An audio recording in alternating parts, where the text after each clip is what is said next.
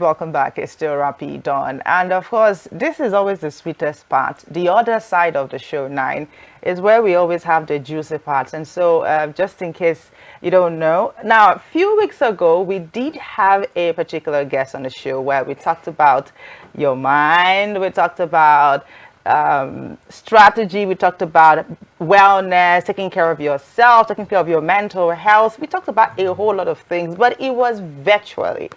And she said, no, I'm going to give you guys my presents. I'm going to furnish you with a piece of me. And guess what? When she arrived the country, she said, we are here. I am here live and direct, and I'm coming to your studio. Ladies and gentlemen, we have our guest right here in person in the studio. No other person than Toks Aruoture. She is a businesswoman and a mind strategist. It's so great to have you in person right here on the show. It is absolutely wonderful to have you as well, to be here. Thank you for having me. And she looks quite amazing. Thank you for joining us. Thank you. You guys look great in person as well. It's so much better. All this virtual stuff. So this time around, we're not going to be talking about wellness and your mind and the likes. This time around, we're going to be focusing on something. I think Ugo wants to do that particular part. So basically, the conversation this morning is about thriving across borders, trying to look at, I mean, you're someone who's done business outside the shores of the country.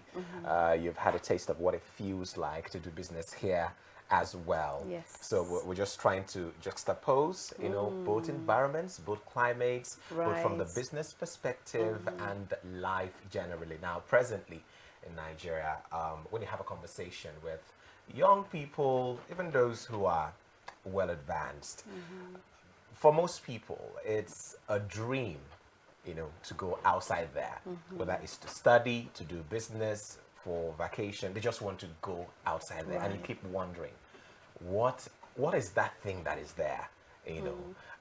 So, I mean, maybe we'll kickstart the conversation from there.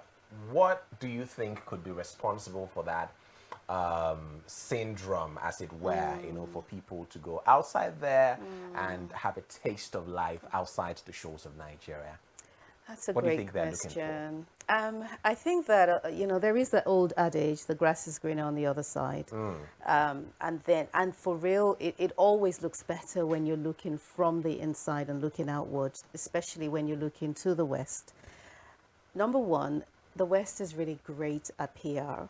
I think that the United States, United Kingdom, many Western countries don't simply exist for the sake of its citizens, but they also are quite good at doing PR, making sure they look good.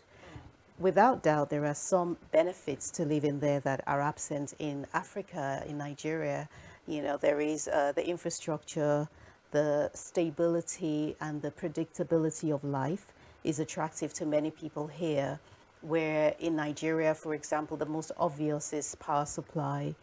You just don't know whether you'll be able to iron your clothes in the morning or not, because, you know, there's, you know, the mindset is so different here. People live differently and think differently because they've got to factor in eventualities into their days. So we've got things like infrastructure, utilities, stability of life. You know, you know that at the end of each month you definitely get paid. You know, you can budget. You know, you go to the shops and you can pay for what you want. You'd say, I'm going to spend £20 buying groceries, and you know you can do that, and you know exactly what you're getting.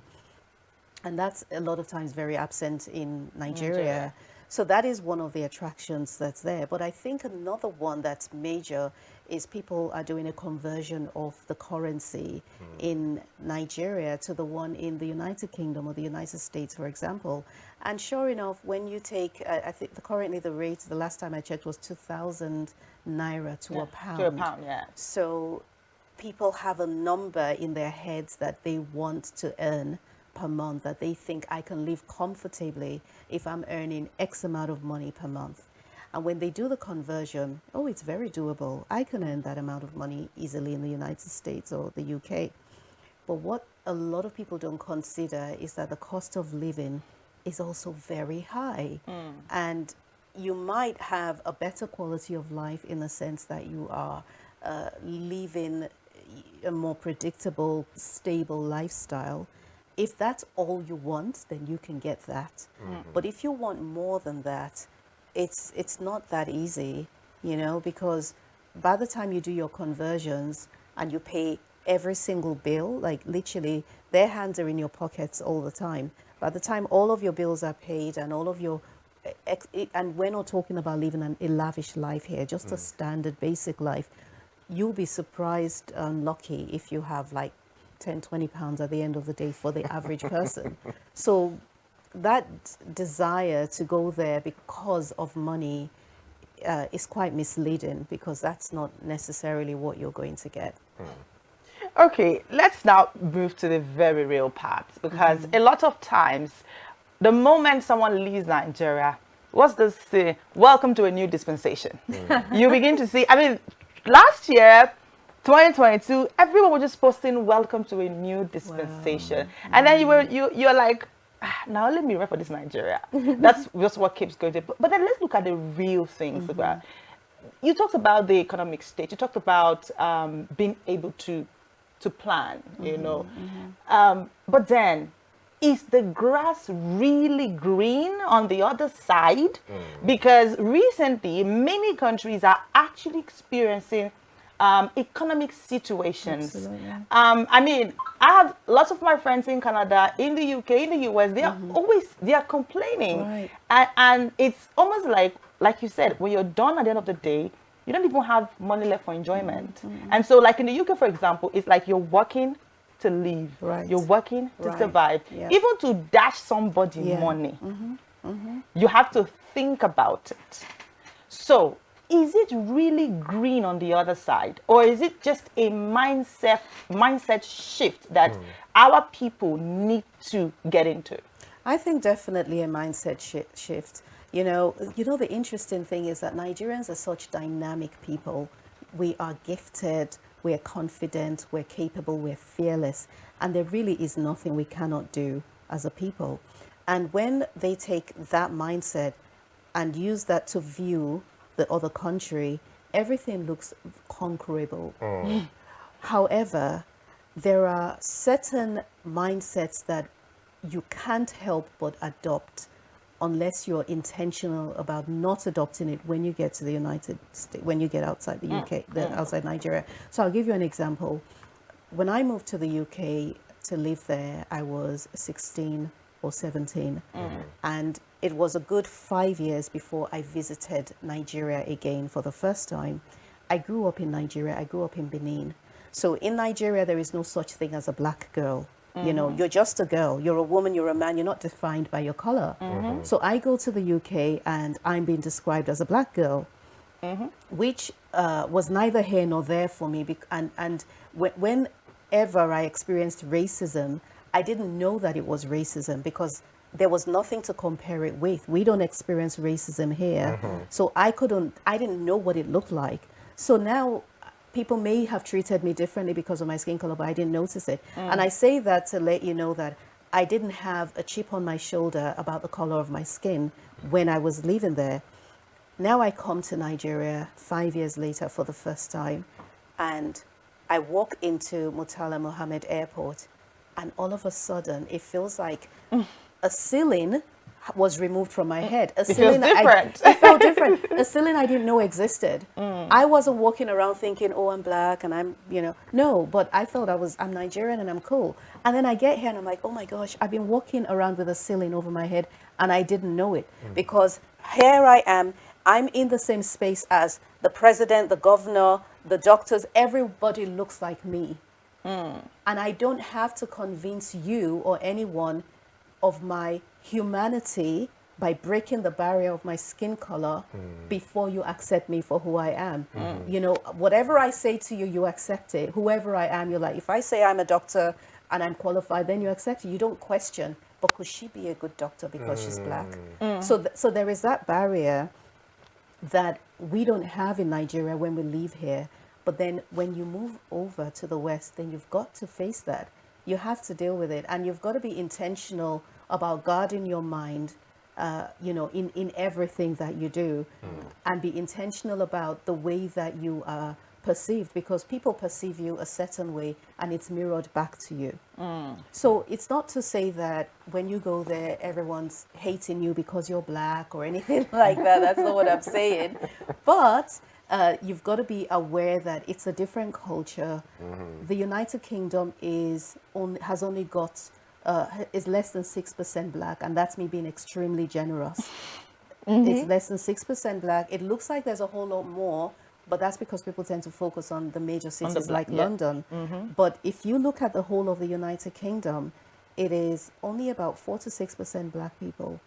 And then when it comes to business, it means that you cannot afford to do business as a Nigerian with a Nigerian mindset, because you will only be reaching a very small percentage of the population. True. So now that means that you've got to put aside your culture and then adapt and learn the culture and the language of this other country that you're going into, if you're going to do business with them, because they don't understand our culture and they don't understand the way that we function. Okay, so it's great that you mentioned business and having to learn certain cultures, their patterns, how they do things.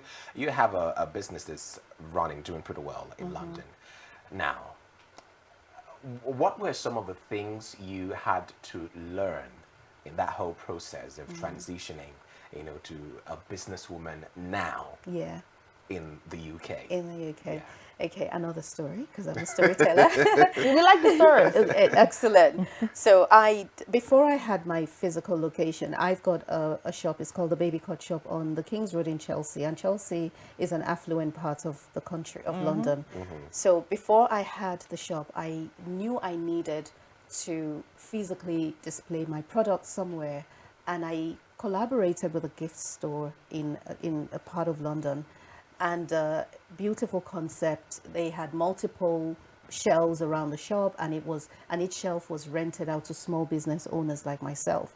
And part of the contract meant that you then had to go in as a business owner and commit to doing 4 hours a week manning the store. It meant then that at any one time there were about 3 or 4 business owners who were acting as members of staff in the shop. Brilliant idea. So I was in there, and my second week I was there, I was with a group of other business owners, four of them. I was the black person there. The others, there was 1 white guy and 3 white ladies.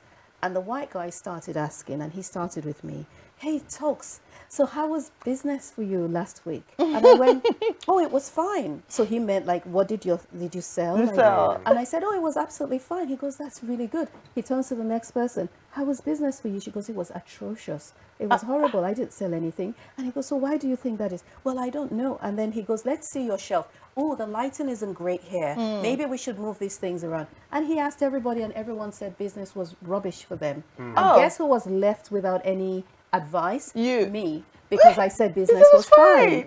So really fine. Of course it wasn't. And I asked myself, why did you say it was fine when you know that you didn't sell a single thing? It's a Nigerian thing. It's a Nigerian thing.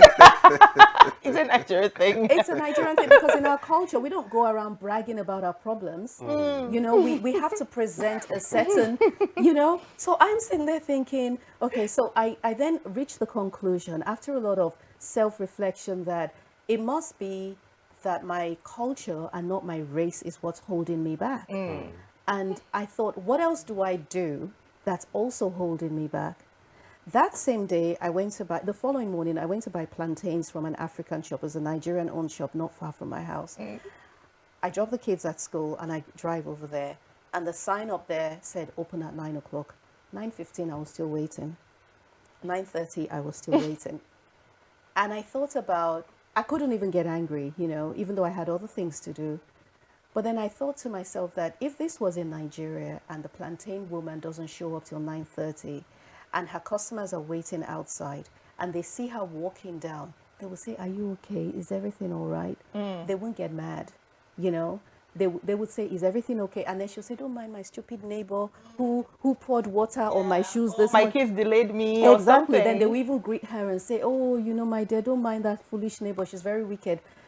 Whereas in the UK, you dare be late for 1 minute, and they would be like, they would go onto Google and put a bad review on for you. They would curse you out. They would go on there and say how, I mean, the train is late for 1 minute, and they curse the country and say this government needs to go.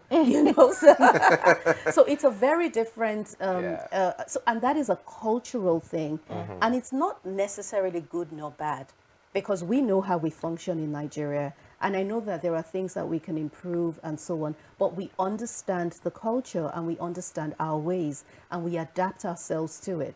But you cannot take that adaptation and go and try and run a business with it in the United States or in Canada or in the UK. So culture, definitely, I mean, it's I even don't remember the question you asked, but that is my answer. I think this is the part where you speak about culture shock. Yes. And all that. So, I mean, the conversation is thriving across board, right? Yes. And I think all of this you've mentioned is about thriving as well. Now, recently, when our people go out there, be it for vacation or japa or whatever it is, Study. they love social media. We've had several issues where some persons lost their jobs because they came online, said, oh, because they have this thing about the moment it's like the moment you get there, you see free internet, or rather paid internet that you're paying for. It's never free. Nothing is free. And then they either want to be YouTubers, vloggers, and they begin to spill out things that ordinarily is not your business to talk about. And so somebody's dog is moving too fast. Do you know that my neighbor's dog, guys, in the UK, my neighbor's dog is just moving around. This Ekuke is just moving. So now, is there something in the atmosphere that okay, so I do know that I have some of my friends that, if not for we that are aware that they've moved, most people don't know that they've moved. They're there living their lives peacefully. But the majority of the people some of these people just moved like 3 months ago, 2 months ago. The next thing they're giving advices and online. In fact, I've seen let's those. take a cue from this other guy. This what's his name? Who we hear got deported. You know, when he granted an interview on was it in the CNN or so, talking about how people don't actually come to study. They use it to japa. They use study route to japa. Yeah, there was now, a video like that. Yes, and few months, I think this was earlier this year, we heard that he has been deported. Wow. Now, this was a guy who, from the story that I had to go check, it wasn't even up to a year that he himself moved to the same UK through study route. So, our Nigerian people, I mean, I don't think about other countries because we are in Nigeria. We see our people do these things a lot. The moment they travel out, they begin to give you 10 things to do when you are in the UK. 15 things to not do when you are in the UK. How to survive the UK weather. What to wear. Right. They begin to. I have seen 1 month. Yeah, 1 month. yeah. So how does this affect our image? Right, Because it's almost like we are just opening our mouth every single time. Yeah. How does that affect our public image? Yeah, I don't agree with it. And you know what it is, I think, is that when the first question you asked at the start was, what is the attraction? Why are people going? And what I didn't mention is there is also the clout side of things as well. And for people like that, your words and your actions reveal what your intentions were in the first place. So if you are suddenly on social media going on, because really what you're doing is bragging and telling people that, hey, I've left you guys behind and here I am thriving in another country, even if they may not be thriving, but the fact that they're there, this is again the whole PR thing. Any association with the West is seen as bragging rights, you know, dates all the way back to colonial times. Yes. And we still are plagued by that today in Africa, where we automatically assume that an association with that part of the world elevates us to a certain Can we point. call it a colonial mentality? It is a colonial mentality. It is. It Okay. is definitely. And then you have people who maybe have, for years, or maybe have grown up idolizing the West and thinking one day, you know, that became their greatest possible achievement in life is I'm going to one day go there, or I'm going to live there. You know, I've had people define themselves as less than because they've never been to the United States or the United Kingdom. They're like, Or as "Oh, a you know, success because they because they've been eventually exactly, that's the point. You know, so now you have people who they don't, it doesn't matter whether they're living under the bridge, it doesn't matter whether they are, you know, living in a house with 10 people, But things they're in are the UK. rough.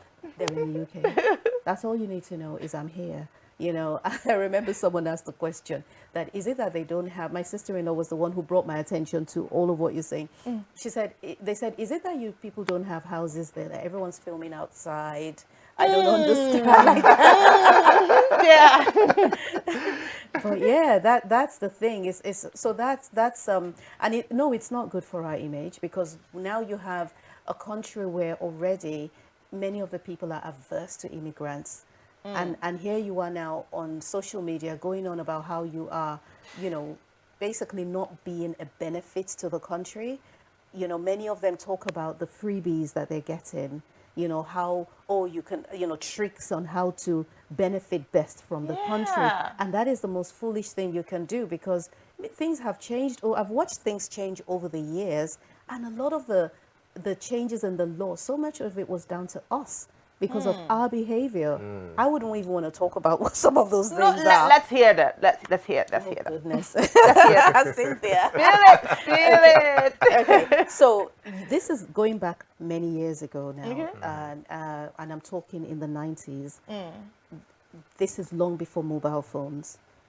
And they used to have, so there are phone boxes, and back then there was only one telecoms company that monopolized the whole of the telecoms industry, and that was British Telecom.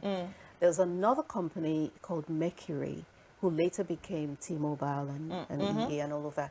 But Mercury was the only other one that existed. Mercury didn't have phone lines. What they had was phone boxes. So for every maybe 20 BT phone boxes, the phone booths outside, you would probably have one Mercury. I don't know how Nigerians found this code. Oh. Yeah, that you go into a Mercury phone box and you enter hashtag 231 star point something. Those things. And then it gives you free calls to Nigeria. Oh my God. Yeah. And because the Nigerian community then was quite small and quite tight compared to what it is now, within 24 hours that code has circulated. Oh no. And then Mercury will find out that this is what has happened, and they would block the code. 48 hours later, a new code resurfaces, And the it second. goes around the community. Oh my again. God.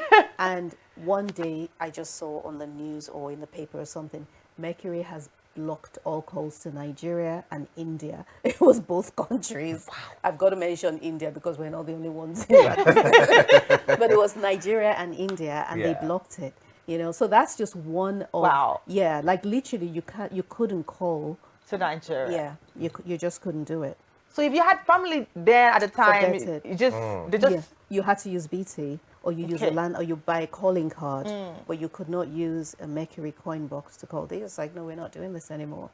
But now looking at now, this is going way back, and I'm sure if we have to unbox, we're gonna find so many things. So now that brings us back to where we say, okay, our image has been damaged in the international scene, Right. And sometimes people try to blame it on the government. So is this a government thing now, or the people thing? Well, the government are Nigerian people. So it is a people thing, but then it also affects the government because the government are Nigerian people. It's a morals issue. It is how you were raised. It is your your conscience, it is your character, it is all of that, and it is down to the individuals. And unfortunately, it's the bad ones that get the most press. They happen to be the loudest ones. They're the ones at parties spraying money that was not obtained legally. You know, they're the ones with the big mansions that shout about their mansions, show off their designer clothes and everything. Paying in cash everywhere. Exactly. So you have these fraudulent individuals who are promoting themselves as Nigerians. And people who don't know us assume that Nigerians are frauds. I was saying to somebody, it was actually my brother yesterday, that a country of 200 million people, you know, even if you had 1% of them being fraudulent or doing the wrong thing, you will find that it is a lot of, it will translate to so many people. So, and it is 200 million people, isn't it? Over. Exactly. So now you have, you know, so you have a lot of people, and then they are the loud ones, and then they projects this image of Nigerians, like, you know, this is who we are. I don't think that Nigerians are predominantly bad, but unfortunately the bad ones happen to be the loudest ones, and they are really damaging our image. It would be so much better if, rather than do YouTube videos about how the cat chases the dog and how, you know, this, that, and the Your other. neighbor is always making noise. Yeah, your neighbor makes noise. And they specify, my white neighbor. You see, this I try to, I mean, it's part of my job. I try to make sure that I need to be up to date with some of these attitudes that they portray on the social space. Yeah. You know, my white colleague. In fact, someone even, the boss saw the tweet, and that was what led to her being sacked from the job. Wow. Because you go and share your office problems. Wow. It just reminds me of one time in school when my classmate then went on Facebook to say all of his classmates are non-academic students. Oh, wow. So now, imagine if you do something like that outside of Nigeria. Yeah. And you go, that's going to earn you something bad. Try it in the United States, where they're very legal happy. You're not going to like the outcome. We started this conversation, and there was something you said, you know, about the grass being green on the other side. And you also made reference to, you know, the big PR that, you know, going outside the country, you know, has. And a comment by a speaker I was listening to, you know, regarding this particular subject, and how the people, you know, go there with no clear-cut direction, or there's no clarity as to what they're going to do. It's just to travel out. Right. And then he was saying that if you're not going there to add value to yourself, then you basically have no business going outside the country. And I wouldn't know if you share the same view. And what do you think should be the mindset of somebody? I mean, we're not discouraging the fact that people should go out there and seek out better opportunities and stuff. But what do you think should be the mindset for somebody who is, you know, looking out to go improve themselves and, you know, basically see how differently things can be done? And what's the best age? Is there an age? I mean, she moved when she was still a teenager. I was a teen, yes. When For someone who has passed teen. Well, I think so. The first question, the right attitude. Well, the attitude to not have is, I'm going there to collect things. You know, that's the wrong attitude. Don't go there to say, what can the country do for me? But rather, what can I do for the country? And it's not to say that, and by doing for the country, people tend to have a mindset of, when I add value, I'm losing some value. But it's not true. When you add value, you're increasing your value. So there are people who do not want to give because they feel that if I give of my skill, if I give of myself, if I give to this country, then I am losing some of what belongs to me. But really what you're doing is adding value, because you're making a difference in a country or in the lives of other people. Another mindset to have is one of the willingness to learn. You know, don't go there feeling you know it all. Please don't listen to all these YouTubers and, you know, Facebook people who are insisting that, you know, have an open mindset, because everyone has a unique and different experience. Certainly have a plan, because of the sort of messages that we're getting from Nigerians abroad. There is that mindset of, once I get there, everything's going to be fine. It so will not be fine. My mom always says, when she used to say a lot, you go, Iluti Kosi John Tori alone. That means the land where there is no please in the name of God help me. Like you literally have to just be there prepared to survive. And survival is not relying on other Nigerians to give donations to you. There's no abeg. There is no abeg, exactly. Yeah, babe, knock me 5K. Exactly. You can't have that. You can't have that. So you've got to have a plan, and not just a plan for year one. Have a long-term plan, and then build relationships with people who are excelling and going somewhere. And when I say that, I don't mean just Nigerians now. I mean the indigenous people as well, of whatever country you're moving to. Build relationships with them. Be less talking and more listening. Someone said that we have 2 ears and 1 mouth. So you do more listening and you do less talking, so that you can learn the cultural nuances in the country that you're in, and just be a lot more open-minded. When I went at the age of 16, I only moved because I was at a university in Nigeria for 1 year, and I had issues with a lecturer, the usual, And my dad said, there is no guarantee that moving you to another university, this isn't going to happen. And I was born in the United Kingdom, so he's just said, why don't you move there? My intention was really just go there, go to university, and come right back. I had zero desire to live there, because I was very happy here. I had no issues here. I mean, I was young, obviously, so I had no desire to live there. So for a long time, I had a closed mindset, and I was like, I'm not here for long. I'm not here, and even in building friendships and relationships, it took me a while, because I didn't think I was going to be there for long. And so have an open mind, network with people, whatever industry you're going into, make sure that you find associations and groups that you can partner with, and you can go. Is that hard? Because usually the feedback from some of them there is that, it's hard to make friends. It's usually lonely.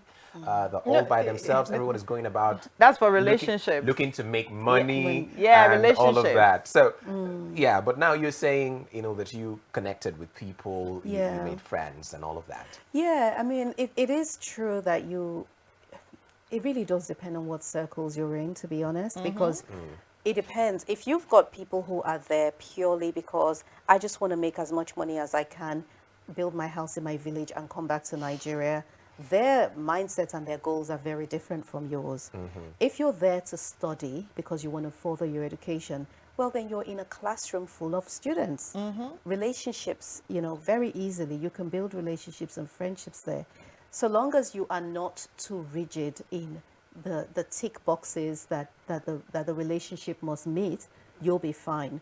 Rigid means, I must make friends only with Nigerians, or I must make friends only with people from my village, or no, I don't like that person. You're gonna have to be more open-minded. I don't like white people. I want blacks. I want all blacks, exactly. Or I don't like Jamaicans, and all of that stuff. But you've got to definitely be more open-minded. And leave your list behind, because you're stepping into a different space, and relationships in Nigeria are so much easier, I agree, than over there. Are they easier? Absolutely. All my white friends don't stress me like Nigerians do.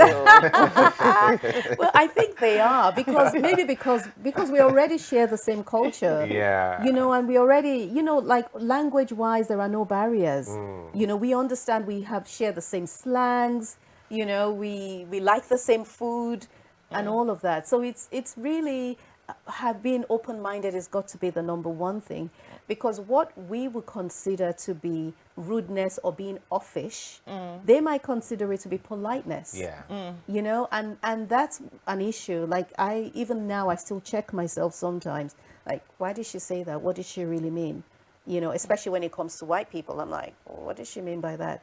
And my business as well. And this is an area I had to navigate personally, because my business predominantly serves the affluent community, which means that I have mostly white or non-black clients. And long story about my past business where I lost everything and had to move. I moved to the United States and then I moved back to England. That experience traumatized me so much that I found myself separating the business from me so that if anything happened to the business, I'll be intact. And that meant also separating myself from my clients who were mostly white. And so I had to learn to navigate that whole that whole thing and not make assumptions about people's behavior towards me. Because people do that, like, people, and then the people you associate with. So now we've talked about choosing people who are heading in the same direction you're going up, who can pull you up, or people who are doing better. But now you've also got to be mindful to weed out the wrong people from your space. When my husband came here, my husband's Nigerian. When he moved to the UK, he lived with a family and great, wonderful, wonderful, close relationship, great people. But he remembers somebody, some person telling him once that you keep saying that you want to get a job in IT and go to the city and go work in the city. Well, you're a black boy, you're African, that's not an option for you. Your best bet is just get a job in the local supermarket, save as much as you want to save, like we are all doing, and move back to Nigeria. He was 16 at the time and quite impressionable. I'm glad that he didn't, heed to that advice, but it was only because he had a second group of friends who were forward thinking. Now, if he didn't have that, that would have been his lot. And that's why you've got to make sure you're weeding out people. Okay, but is there anything wrong with that? If it's not your goal, if it's your goal, that's fine. But if it's not your goal, just be basic. Yeah. If your goal is to be basic, fine. No, some people come from different backgrounds and experiences. For some people, imagine someone from a really traumatic, horrible childhood. Their goal could be, I just want a very normal life. I don't want to work in the city. I don't want a lot of money. I just want peace, right? So, and if that's your goal, and someone says that to you, that's fine. But if your goal is to do something different, like you want to work in the city and you want to have a corporate job and you want to rise to vice president of a company or anything like that, then you cannot be around people who are saying that the best thing for you to do is work in a supermarket because those values don't align. Okay. Well, our time is almost up. So I'm going to ask you this is the last one from me now. Yeah. There's no right or wrong. Okay. You've experienced both environments. If you were given a blank check to choose Nigeria or the UK. To live there, right? Where I want to live. Yeah. If I was given a blank check, i.e. zero limits financially and in everything, I will 100% choose Nigeria. 100%. Wow. Yeah, without even thinking. When you say zero limits? Well, so long as I've got that, because I know that there are limitations in the country. Like So without the limitations? No, I'm okay with the limitations, but you see, the limitations exist, but You're money okay?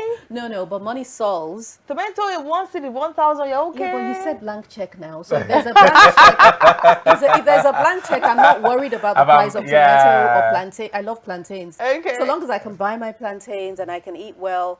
If I've got literally, like you said, a limitless amount of cash, then yeah, I will 100% choose Nigeria because I wouldn't work. Because the thing is, there are challenges in the country, but many of those problems can be solved by money. Not all of them, because you cannot solve foolishness with money when you're dealing with foolish people. You see? You see? I always tell him I don't like foolish people. Oh my goodness. Okay. Yeah, because they hold you back. It's like you send someone on an errand to do something and they mess up your whole day instead. So things like that do happen. There are things that money cannot buy. And I will make sure that I rearrange my mindset to accept what money cannot change. But the things that money can, I mentioned about the ceiling, having, being in a space, and I'll use one analogy, and I know we're out of time, but I discovered that mangoes can actually grow in the United Kingdom, but they don't bear fruit. Yeah, I didn't know that. Like, they don't bear fruit. And there are other fruits and plants that grow here that cannot grow here.